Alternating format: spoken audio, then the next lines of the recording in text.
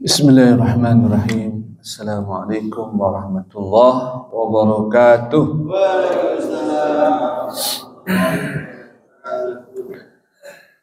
Alhamdulillahirabbil alamin. Alhamdulillahirabbil alamin. Walladzi ba'atsa fil ummiyina rasulan minhum yatlu 'alaihim ayatihi wa yuzakkihim wa yu'allimuhumul kitaba wal hikmah wa in kanu min qabli fi dhalalin mubin. أشهد أن لا إله إلا الله وحده لا شريك له وأشهد أن محمدا عبده ورسوله الذي لا نبي بعده سأصلي وسلم وبارك على سيدنا محمد صلى الله عليه وسلم وعلى آله وأصحابه وأمته إلى يوم الدين أما بعد.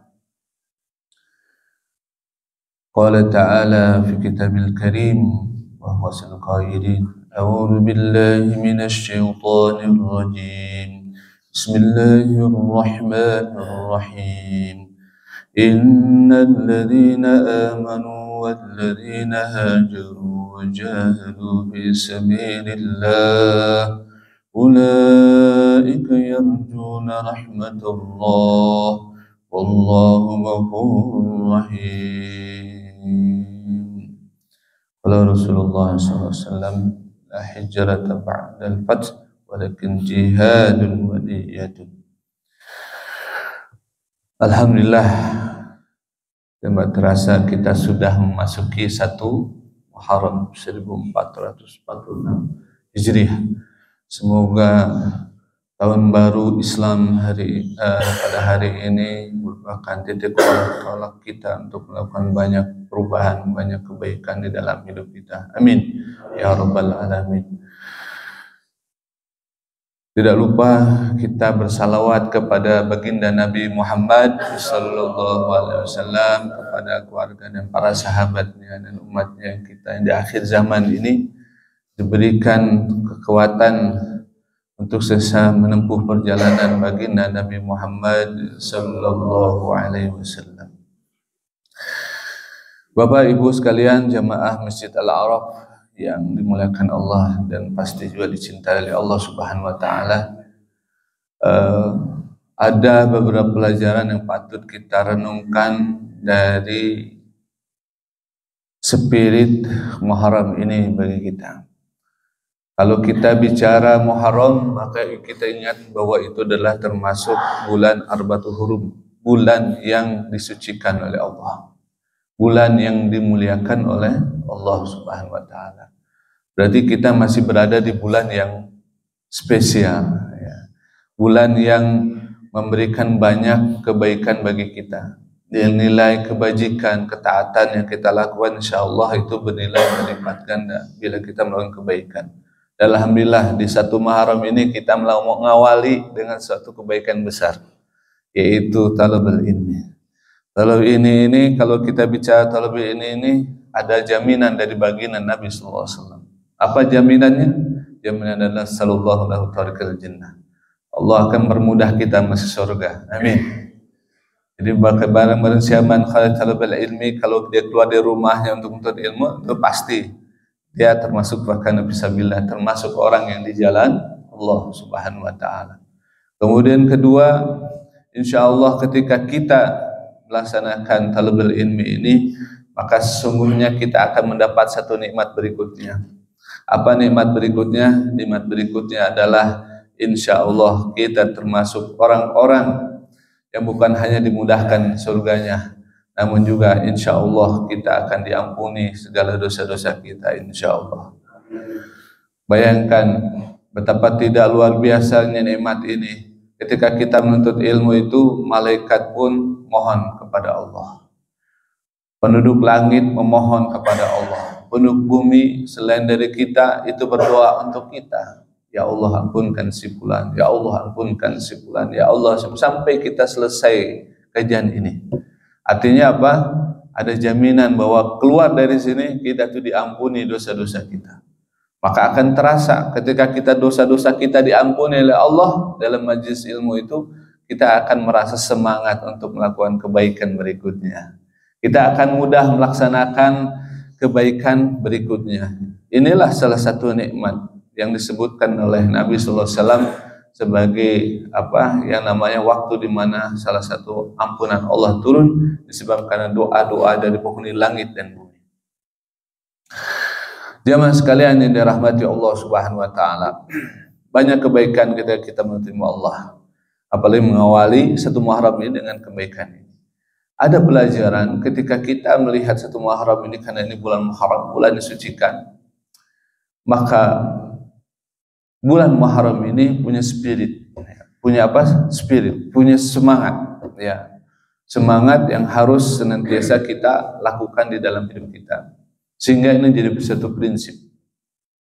Jadi apa? Suatu prinsip hidup, ya. Di dalam beragama kita, prinsip hidup itu adalah apa?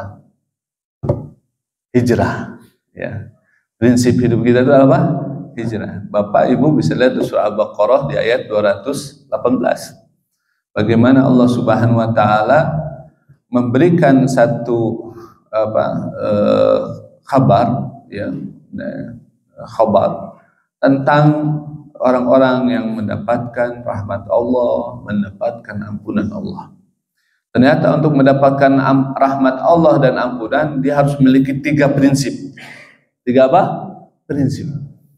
Yang pertama adalah innal ladzina amanu.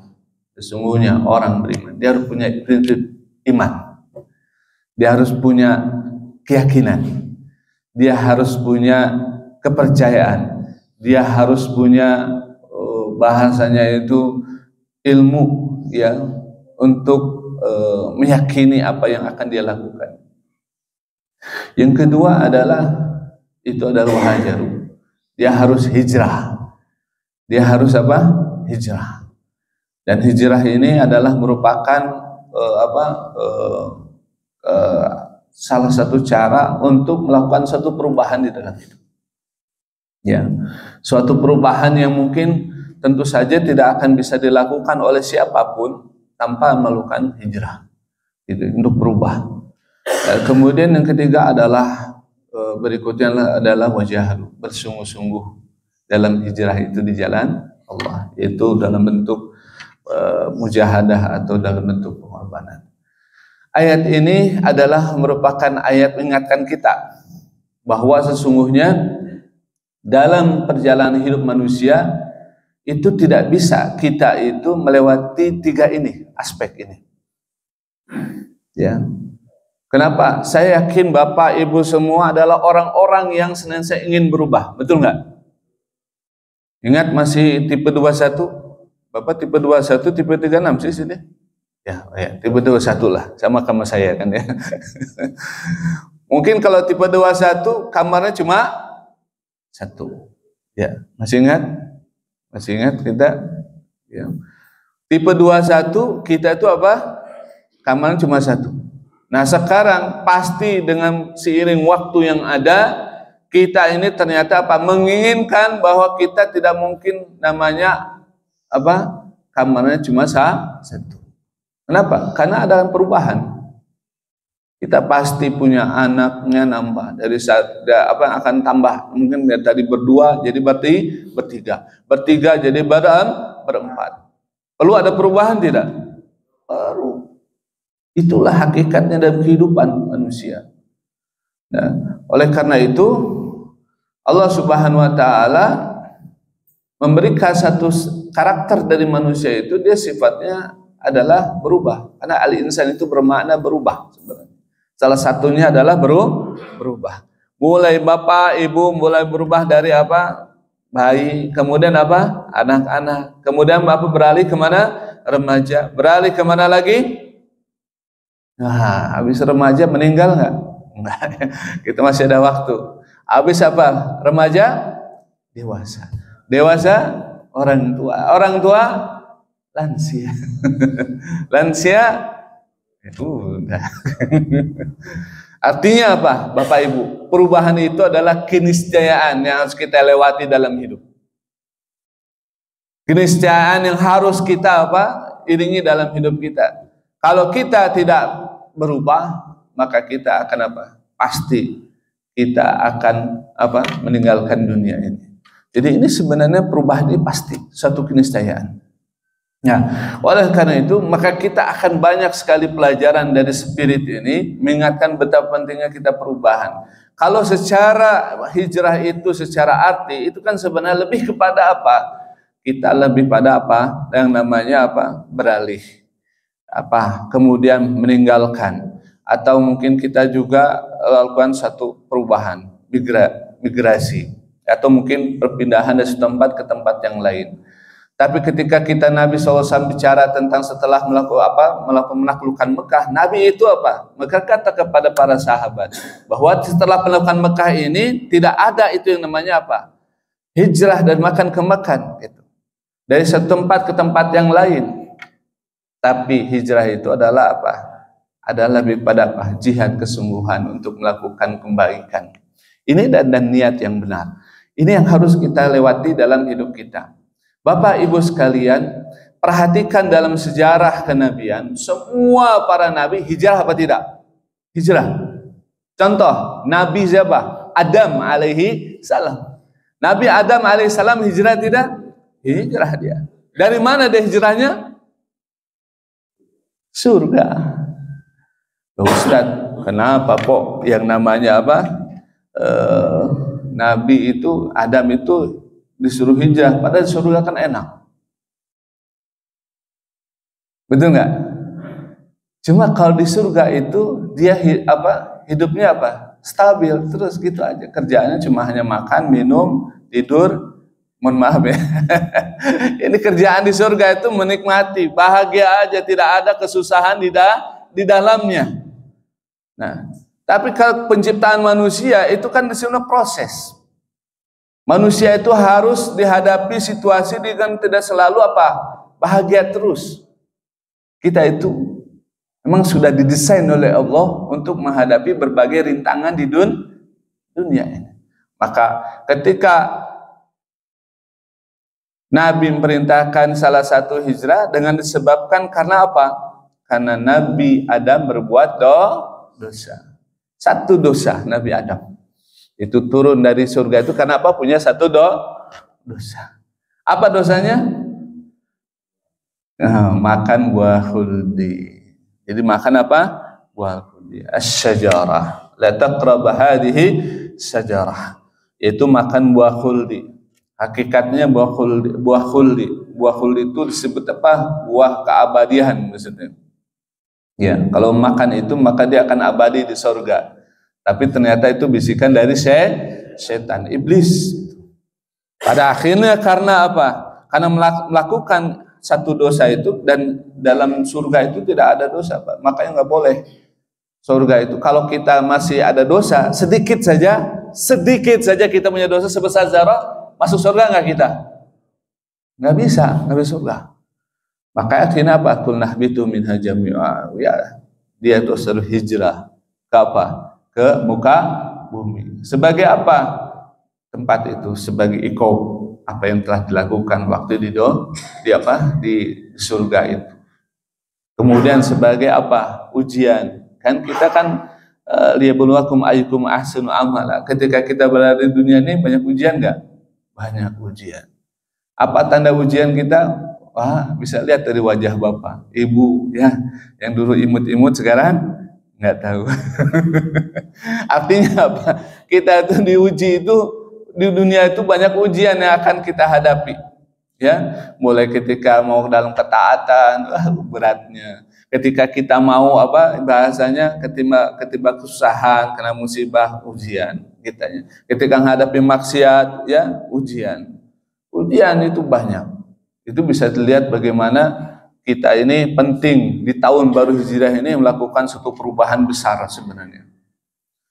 Kenapa? Karena kita lihat itu memang luar biasa. Bapak Ibu perhatikan sekarang, coba lihat berita di mana-mana ya, judi online kan Pak ya. Pelakunya banyak dan kebanyakan di Jawa Barat. Ini bukti bahwa kita itu ternyata banyak sekali tidak bisa berhadapan dengan ujian-ujian kemaksiatan dosa itu. Mungkin bisa jadi karena dia tidak tahu. Mungkin bisa jadi karena dia itu bahasanya mungkin ke permasalahan ekonomi. Mungkin boleh jadi karena dia jadi hiburan. Ternyata banyak juga yang judi online itu hiburan, Pak.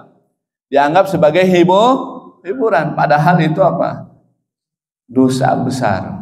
Dan dosa besar itu Bapak Ibu itu tidak akan terhapus dengan taubat.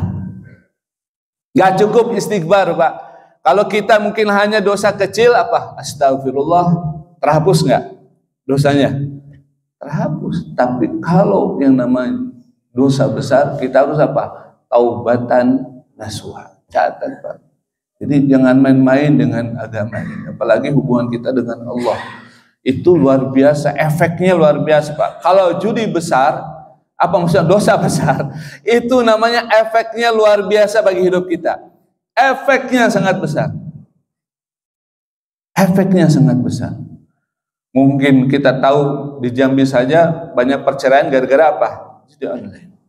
Kemarin kasus Kemenyuruak itu sampai jadikan satu turun tangannya presiden kita itu judi online itu sampai presiden bahkan jajarannya itu memberantas habis itu sampai tambah akar-akarnya itu karena memang karena dampaknya luar biasa. Sampai seorang istri itu membunuh suaminya dengan dibakar. Masya Allah.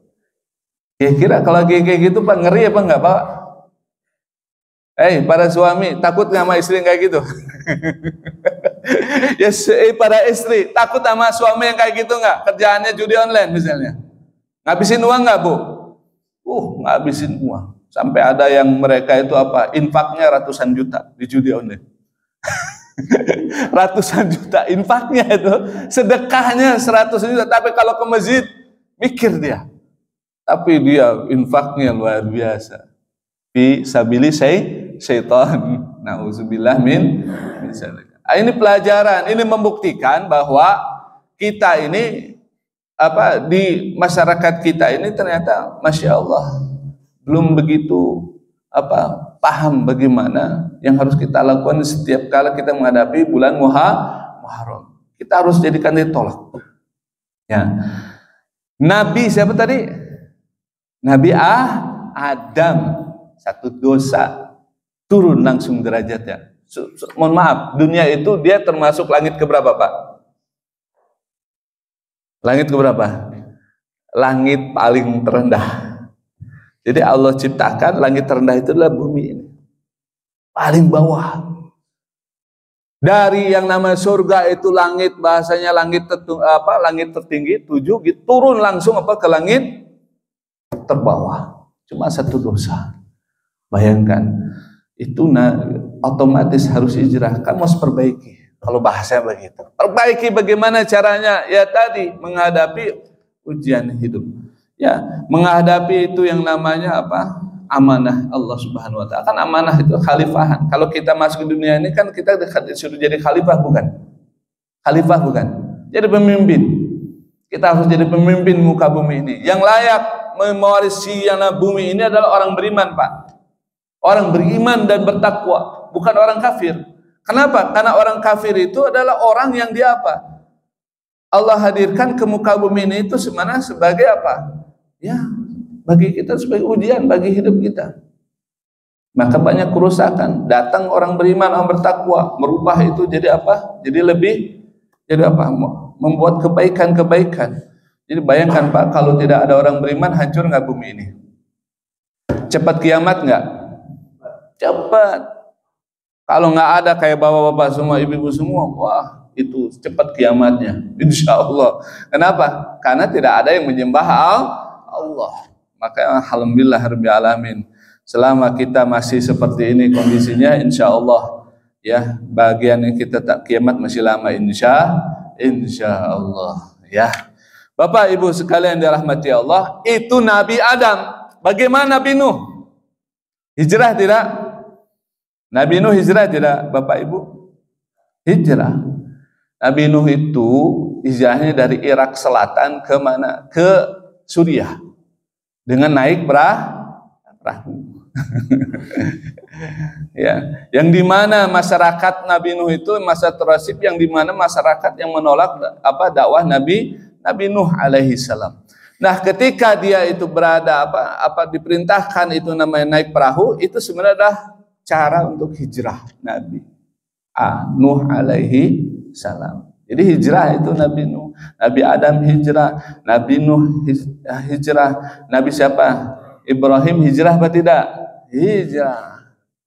Kalau Nabi Ibrahim hijrahnya banyak, Bu. Mulai dari mana? Irak ke Palestina. Tempat tinggal dia Irak, Babilonia, kemudian ke mana? Ke Palestina. Ke Palestina ke Mesir. Ke Palestina ke kemana lagi, Bu? Ke Mekah. Itu hijrahnya, Masya Allah. Itu Nabi siapa? Para Nabi. Begitu juga Nabi Musa alaihissalam dari Mesir ke mana? Ke Palestina. Itu juga bagian hijrah. Dan Nabi Muhammad sallallahu alaihi wasallam hijrahnya juga diperintahkan oleh Allah. Tapi kalau Nabi Muhammad itu setelah hijrah ke Habsyah, Bapak bisa bayangkan itu para sahabat disuruh hijrah ke Habsyah itu sekitar 4.300 km. Perjalanan 3 bulan. Itu perjalanan pertama itu ke Ethiopia, Pak. Bisa kebayang itu ya. Bapak suruh hijrah, mau enggak? Misalnya disuruh, kalau di zaman dulu ke zaman Rasul, berat apa enggak itu? Berat pisan, ninggalin banyak hal kerjaan, bingung di Habsyah dapat kerjaan apa enggak, dapat makan apa enggak. Pikirannya banyak, Masya Allah. Itu hijrah zaman dulu itu luar biasa. Kemudian setelah itu Nabi para sahabat itu hijrah ke sana untuk menyelamatkan jumlah kaum muslimin yang cuma hanya sedikit ya. Mereka terus banyak diintimidasi, banyak diteror, banyak yang dibunuh dan sebagainya. Akhirnya kata Allah udah hijrah, suruh hijrah ke Habsyah. Kenapa? Karena di sana ada nama pemimpin Nasrani yang dia itu adil. Maka di sana Najasyi, disebut Najus ya aslinya. Najasyi secara bahasa Arab. Nah setelah itu Nabi diperintah hijrah kemana? Ke Taif, Bapak. Ke Taif. Itu 91 km. Nabi itu berjalan dari mana? Mekah ke Taif. Selama 10 hari ditolak mentah-mentah, bayangin Pak. Itu Bapak tahu gimana itu Nabi itu hijrahnya luar biasa. Ya 10 hari Nabi ditolak. Kenapa? Karena Nabi Muhammad SAW ke sana, pamannya ikut-ikutan ke sana.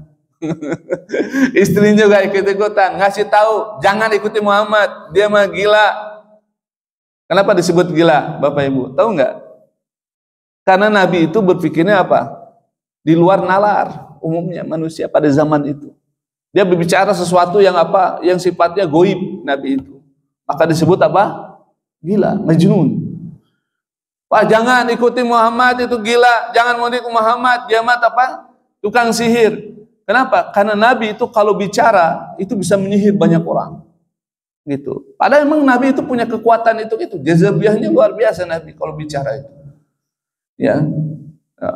Jangan ikuti Muhammad karena dia kahin dukun. Nabi SAW itu memang banyak berwirid, banyak kerjaannya. Maka disebut dukun. Kalau dukun sekarang beda kan wiridnya ya. Nabi Muhammad itu punya wirid, gitu kan. Wirid itu dengan jambi-jambi Nabi Muhammad SAW. Kenapa? Orang Mekah terkenal dengan wiridnya, terkenal dengan bahasanya itu jambi-jambinya. Kalau dukun yang paling bagus yaitu daerah Quraisy, maka terkenal dengan itu. Orang-orang yang wilayah-wilayah selain dari Quraisy itu tahu dari mana kamu? Quraisy. Wah, berarti jago jambi.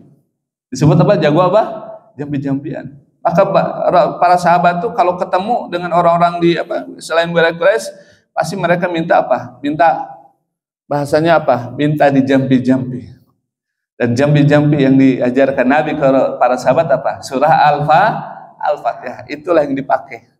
Ada satu kisah riwayat sahih tentang hal itu. Jadi Nabi SAW itu Masya Allah luar biasa Bapak Ibu. Perjuangan ini pelajaran luar biasa. Bagaimana Nabi hijrahnya, biar Bapak tahu, kita semua tahu bahwa bagaimana perjuangan hijrah itu sangat luar biasa. Sampai Nabi SAW itu ke Taif itu ya selama 10 hari berada di sana ya.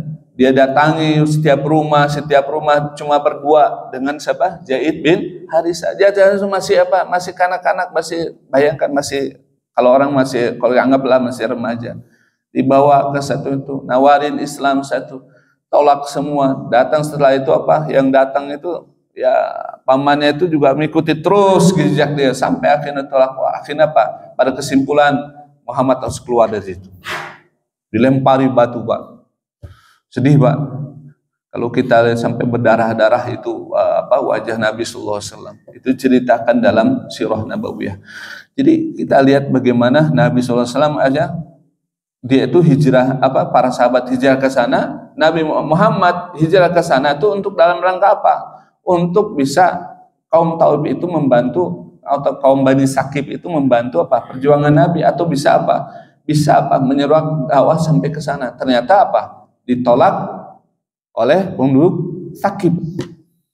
Akhirnya apa? Dikasih apa? Bahasanya dikasih hadiah oleh Nabi sallallahu alaihi wasallam supaya Nabi itu enggak sedih terus. Karena apa? Karena pamannya, istrinya meninggal pada saat itu. Akhirnya lah Isra dan Mi'rajnya Nabi Muhammad sallallahu alaihi wasallam. Nah, setelah itulah Nabi sallallahu alaihi wasallam diperintahkan ketika melihat kondisi Taif yang dekat dengan Mekah saja tidak apa? Menolak dakwah Nabi sallallahu alaihi wasallam, maka diperintahkan kemana? Madinah. Bapak Ibu tahu Nabi itu hijrahnya tahun berapa? Bukan 1 Muharram.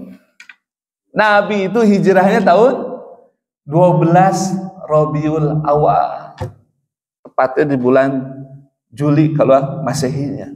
Nabi SAW 12 itu tahun. Kalau 1 Muharram itu memang karena pendapatnya siapa? Umar bin Khattab ketika Abu Musa itu menjadi pemimpin di satu wilayah di Sam Sam ya. Dan dia itu apa? Bingung ngelihat tanggalan. Kalau yang lain Romawi, Persia punya tanggalan. Kalau Persia masih tahunan gajah gitu ya. Ya kalendernya. Islam tidak ada kan gitu kan. Ya. Gimana ini tanggalannya? Oh ya, dibuat ya udah coba aja, mungkin ada surah dengan para sahabat banyak cerita. Wah, bagaimana kalau mulai dari Bi'sa Rasul, diutusnya Rasul kayak Ali bin Abi Thalib, atau lahirnya Rasulullah SAW. Waduh, bingung ini. Akhirnya nggak ada yang sepakat, cuma pendapat Umar. Gimana kalau 1 Muharram? Nggak anggapnya begini. Pendapatnya ada yang mengatakan 12 Rabiul, ada yang mengatakan 1 Muharram, tapi umumnya pendapatnya 12 Rabiul Awal. Nabi itu hijrahnya 12 Rabiul Awal, hari Jumat, kemudian sampai ke Madinah Jumat. Tapi sesungguhnya Nabi itu perjalanannya cuma 3 hari, Pak. Tapi dalam sejarah 14 hari Nabi itu dari mana? Dari Mekah ke mana? Ke Madinah berapa hari? 14 hari. Cuma dia lama di mana? Kuba, Masjid Kuba. Jadi buat masjid dulu di Kuba, baru ke Madinah. Cepat apa enggak tuh, Pak? 3 hari, Pak? Jalan kaki. 430 km, Pak. Nabi itu perjalanan dari Mekah ke mana? Ke Madinah. Madinah, Mekah itu naik, kalau Mekah, Jeddah ada Mekah. Naik dia ke atas. Dia daerah mana? Daerah utara ya. Naik itu namanya Madinah itu. 400 km. Perjalanan luar biasa. Masya Allah. Nah, ini kita ambil aja nih perjalanan Nabi Muhammad dan sisi aspek historinya. Dan Nabi itu memang diperintahkan untuk melakukan ke Madinah itu karena Madinah itu dalam masyarakat yang memang pertama ada hubung kaitan dengan ibunya. Dekat dengan Abwah. Dekat. Jadi memang sudah disiapkan, ditambah lagi bagaimana penerimaan masa Madinah kepada siapa? Seorang sahabat yang mulia, duta besar Islam pertama. Siapa dia? Siapa? Anak muda yang mengislamkan sebagian dari masyarakat Madinah. Mus'ab bin Umair. Karena penerimaan luar biasa dari Mas Madinah, Allah perintahkan kepada Muhammad untuk berangkat ke mana? Ke Madinah gitu. Dan ke Madinah itu ternyata Nabi itu punya tujuan. Ya. Salah satunya menyelamatkan keislaman orang-orang muhajir yang sudah Islam. Dan di sanalah kita temukan bagaimana 4 hal dilakukan piagam Madinah, dilakukan Nabi sallallahu alaihi wasallam, dan ini bentuk kecerdasan dan wahyu dari Allah kepada Nabi Muhammad agar Nabi Muhammad itu bisa mendirikan namanya agama Islam di sana, menyebarkan agama Islam ini menjadi kekuatan soft power dan kemudian hari. Dan itulah Madinah yang disebut Yastrib. Ini ceritanya Pak, gitu Pak. Ya, bisa bayangkan Nabi datang kamu itu yang dicari apa? Dibikin apa Pak? Masjid dulu Pak, belum yang lain. Masjid dulu. Kemudian apa?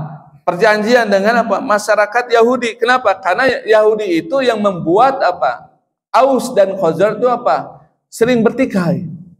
Gitu. Jadi harus ada perjanjian. Dengan orang Yahudi itu harus perjanjian, Pak. Gitu. Kenapa? Karena orang Yahudi terkenal dengan apa? Bikin rusuh. Jadi dia bikin masalah gitu. Biar Bapak tahu. Nah, kemudian ketiganya adalah apa? Mempersatukan. Maka kita ada persatuan Indonesia.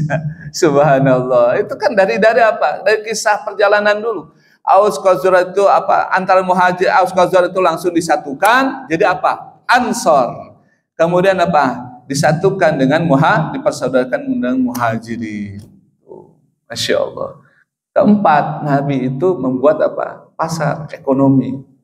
Jadi keempat itu sebenarnya pilar yang dimana apa? Nabi itu membangun apa? Suatu negeri. Bayangkan Pak, kalau empat itu tidak ada di negara Indonesia, nggak akan maju-maju Indonesia. Betul nggak? Halo? Kalau nggak masjid ini jadi satu apa? Tempat pembinaan umat, ya, maka sangat tidak mungkin namanya ya, negeri kita akan apa? Bahasanya akan maju, ya. Kemudian juga kalau kita tidak ada apa? Perjanjian luar negeri, perjanjian mungkin dalam negeri gitu dan sebagainya. Dan kemudian yang berikutnya tadi terkait apa? Persaudaraan, persatuan, dan juga kemudian juga perhatian masalah ekonomi. Nah, ini ada sisi story. Tapi yang paling penting bagi kita ketika kita mempelajari ini, maka Nabi SAW mengatakan bahwa hijrah kita itu lebih kepada sebenarnya apa?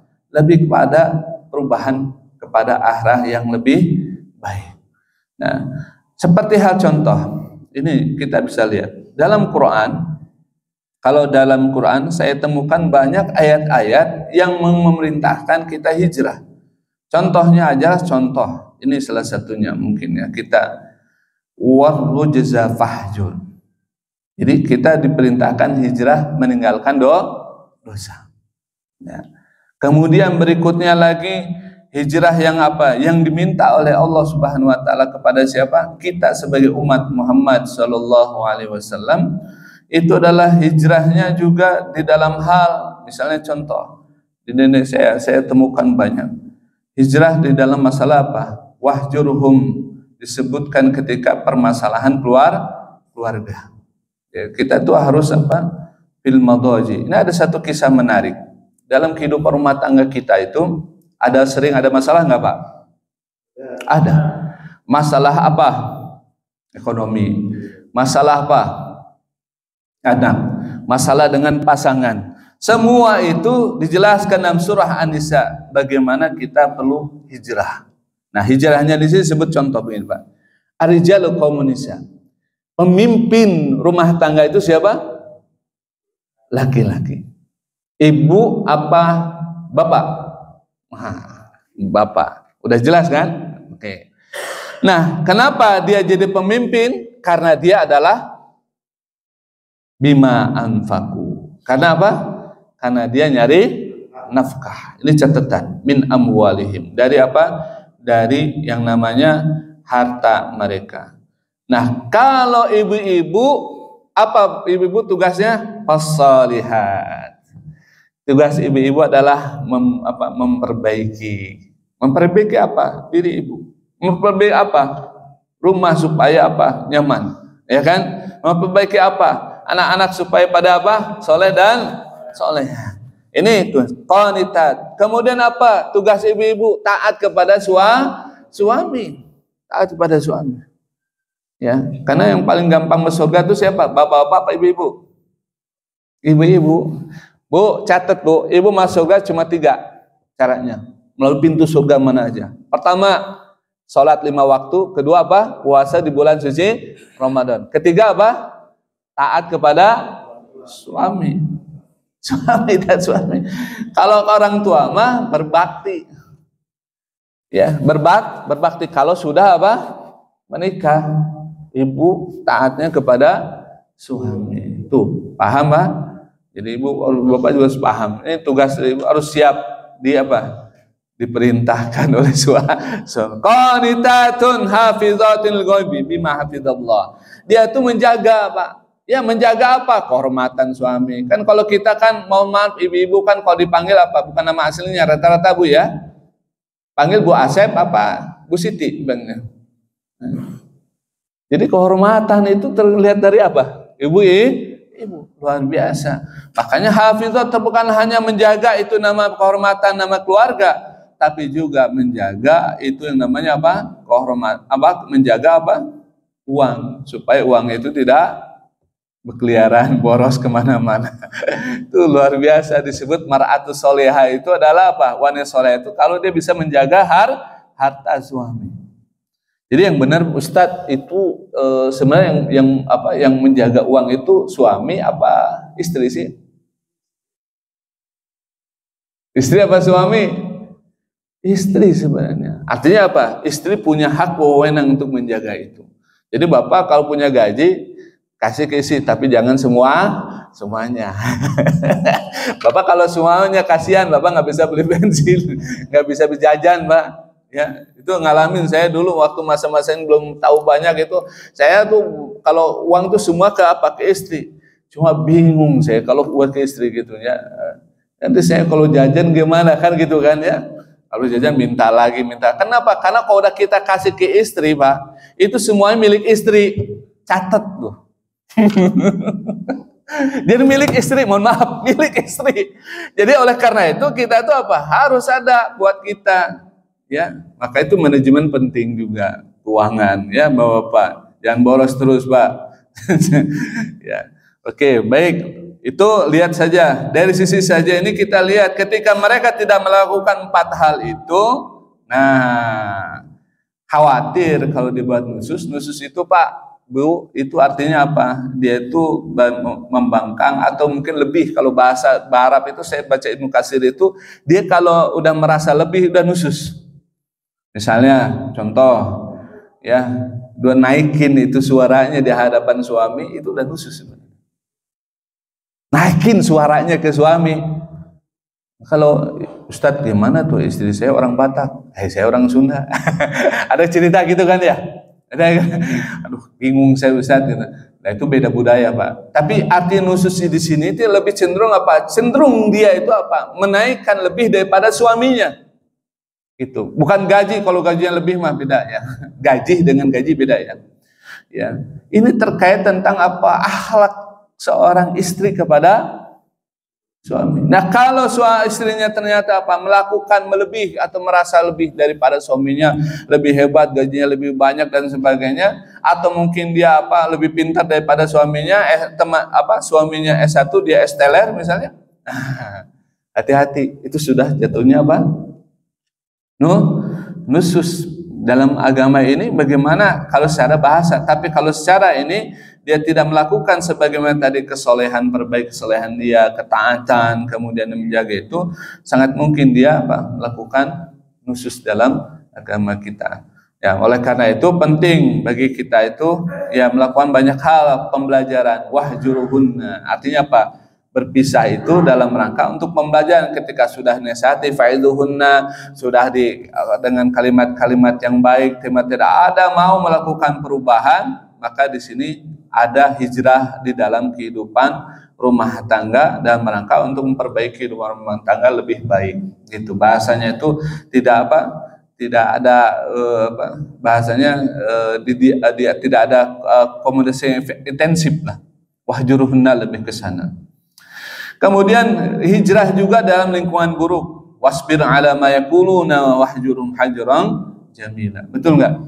Kita contoh Pak. Saya ingin kasih tahu teorinya. Ada orang cerita ke saya punya pasien. Cerita, Ustadz, ini gimana Ustadz? Saya itu udah macam-macam.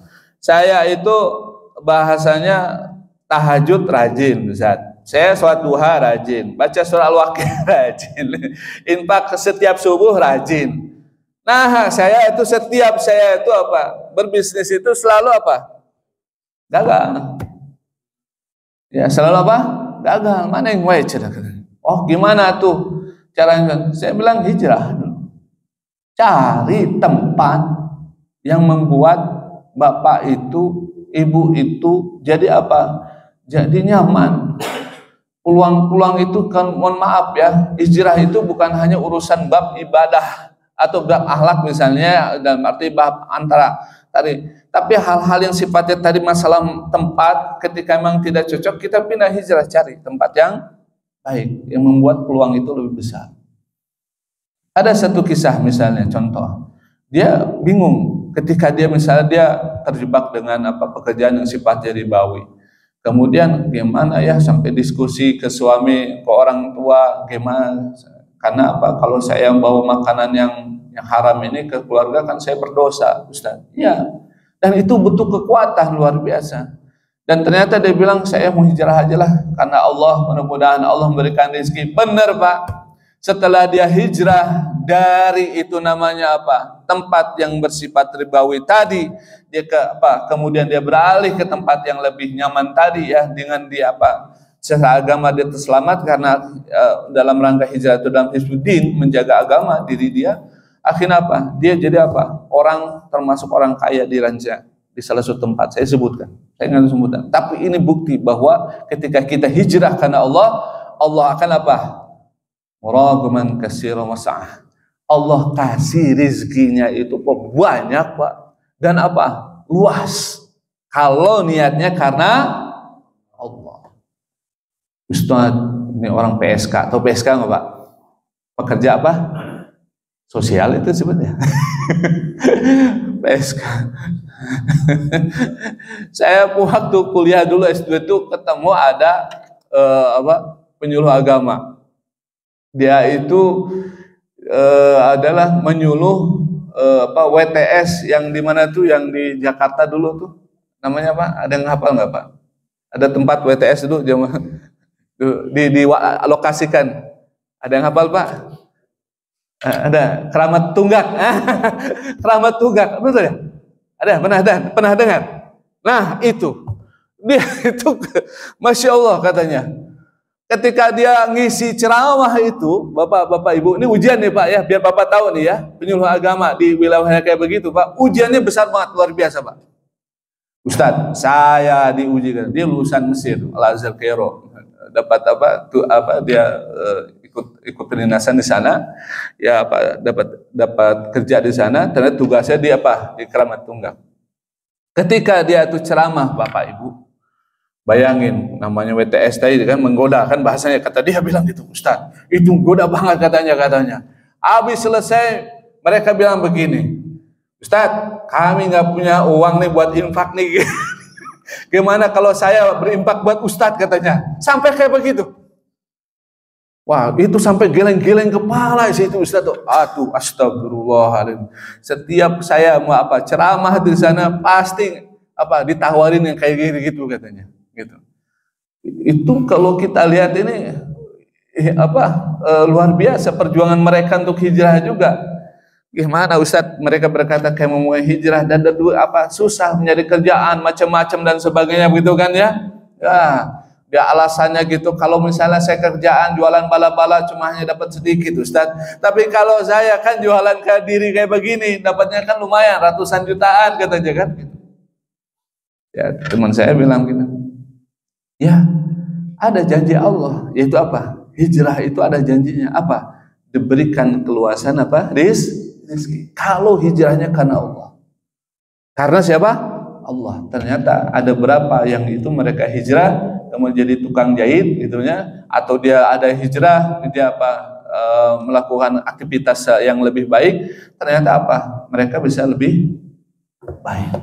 Jadi ada jaminan dari siapa? Allah Subhanahu wa taala. Mungkin itu saja yang saya sampaikan sedikit aja. Mudah-mudahan kenapa kita penting hijrah ini, kenapa? Karena memang ternyata hijrah ini adalah sesuatu yang tidak akan terpisahkan dalam hidup kita. Ketika di saat kita pelit, hijrahnya dermawan. Ketika kita lagi pemarah, hijrahnya sabar. Ketika kita misalnya mungkin maaf malas, maka hijrahnya apa? Rajin. Jadi hijrah itu benar kata Nabi, alaika bil hijrah, wajib kamu berhijrah. Karena apa? Fa innaha la mislaha, karena hijrah itu nggak ada tandingannya. Kenapa? Karena semua hidup kita bisa berubah karena apa? Hijrah, karena Allah Subhanahu wa taala. Mungkin itu aja ya. Kelebihan waktunya, mohon maaf lahir batin. Ada yang mau ditanya Bapak Ibu? Atau mungkin moderator silakan. Alhamdulillahirobbilalamin. Jazakumullahu khairan katsiran Ustaz Heril Mustafa Ema.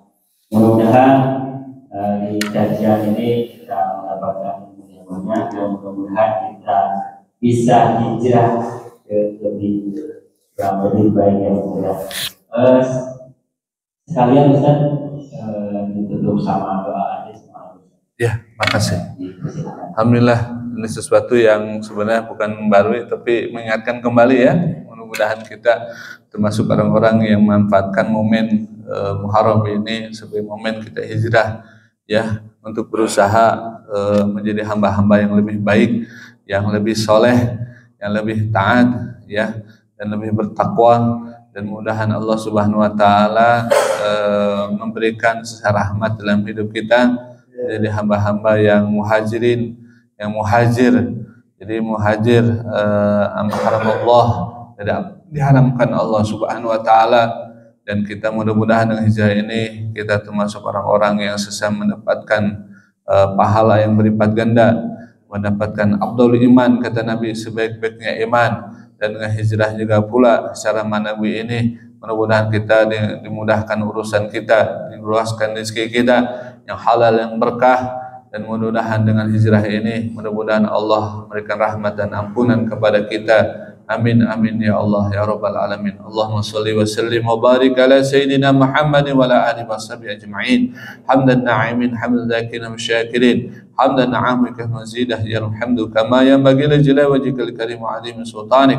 Allahumma fil muslimin muslimat wal mu'minin wal mu'minat al ahya ma'amad. Allahumma fil lana dhanban kullahu dik wa jalla sirru alaniyah. Allahumma la taman illa ghafartah wa la hamman illa farastah wa la dain illa hadaitah wa la marid illa syafaitah ولا مؤمنا لددته ولا مجاهدا نصرته حاجة الدنيا قضيت يا أرحم الراحمين. اللهم أن الحق حق وارزقنا واربات الباطل وارزقنا اجتنابه. الله نسألك الهدى والتقى والعفو والغنى. الله نسألك حبك وحب من يحبك عمل يبلغون حبك. الله نسألك خير الدعاء وخير النجاة وخير العلم وخير الثواب وخير الحياة وخير الممات وخير الأمل. اللهم ثبتنا وثقلنا في موازيننا وحققنا إيماننا وارفع درجاتنا وتقبل صلاتنا وتقبل دعانا يا رب وتقبل عملا صالحا. اللهم نعوذ بك اليوم من سوء سوء صاحب سوء الجاسم الإقامة. اللهم نعوذ بك من جهل البر والشقاء وسوء القضاء وسمة العادة. اللهم نعوذ بك من زوال نعمتك والتحول وفتح نقمتك وجميع سخطك. اللهم نعوذ بك من عذاب جهنم ومن القول في النار عذاب النار في الغنى بالغرق بالحرق في الزلازل وفتنة تربي في فتنة الحدم وفتنة الأحياء والأموات وفتنة الدجال. اللهم اغفر لهم وارحمهم وعافهم واعف عنهم. الله رب الناس لا باس اشفي لنا انت الشافي لا شفاء الا شفاءك لا يغادر سقما. ربنا آتنا في الدنيا حسنة وفي الآخرة حسنة وقنا عذاب النار. ربنا هب لنا من أزواجنا وذرياتنا قرة أعين واجعلنا للمتقين إماما واجعلنا للمتقين إماما. Subhana rabbika rabbil izzati amma yasifun wa salamun alhamdulillahi rabbil alamin. Alhamdulillahirabbil alamin. Semoga bermanfaat apa yang kita dapati dari ilmu ini, kemudian kita bisa laksanakan dalam kehidupan hari-hari kita, dan senantiasa diberikan kuat petunjuk oleh Allah Subhanahu wa taala hingga akhir hayat kita. Amin ya Allah ya rabbal alamin. Subhanakallahumma wa bihamdika asyhadu an la ilaha illa anta astaghfiruka wa atubu ilaik. Assalamualaikum warahmatullahi wabarakatuh. Waalaikumsalam warahmatullahi wabarakatuh.